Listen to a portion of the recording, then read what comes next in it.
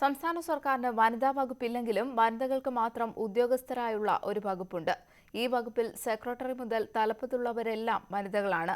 അധികമാരും ശ്രദ്ധിക്കാത്ത സ്റ്റേഷനറി വകുപ്പിലാണ് ഈ അപൂർവത.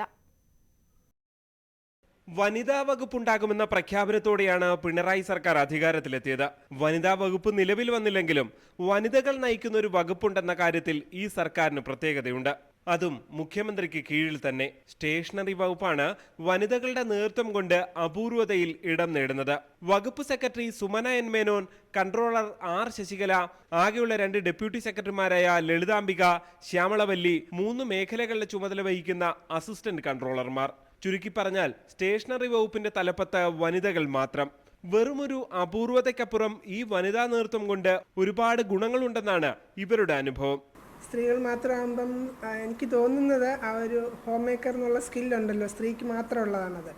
ആ ഒരു സ്കില്ല് കൂടി അഡ്മിനിസ്ട്രേഷനിൽ കൊണ്ടുവരാൻ പറ്റും എന്നുള്ളതാണ്.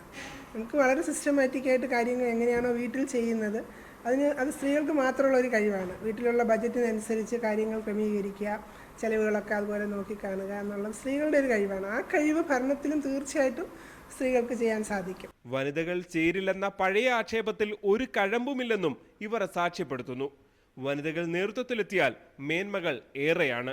വളരെ നല്ല ശാന്തമായിട്ട് ഇവിടെ സിസ്റ്റമാറ്റിക്കായിട്ട് ഓഫീസ് കൊണ്ടുപോകുന്നുണ്ട്. തലപ്പത്ത് സ്ത്രീകളായതുകൊണ്ട് വളരെ നല്ല രീതിയിൽ ഈ വകുപ്പ് കൊണ്ടുപോകാൻ സാധിക്കുന്നുണ്ട്. സംസ്ഥാനത്തെ സർക്കാർ സ്ഥാപനങ്ങൾക്ക് വേണ്ട സ്റ്റേഷനറി സാധനങ്ങൾ വാങ്ങി നൽകുന്ന ഉത്തരവാദിത്തമാണ് അധികമാരും ശ്രദ്ധിക്കാത്ത സ്റ്റേഷനറി വകുപ്പിന്റെ പ്രധാന ജോലി. തെരഞ്ഞെടുപ്പിന് വേണ്ട സാമഗ്രികളെല്ലാം നൽകുന്നതും വനിതകൾ നയിക്കുന്ന ഈ വകുപ്പ് തന്നെ. ഏതായാലും ജീവനക്കാരുടെ എണ്ണത്തിലും ഏറെ വനിതകളുള്ള ഈ വകുപ്പ് പുതിയൊരു മാതൃകയാണ്.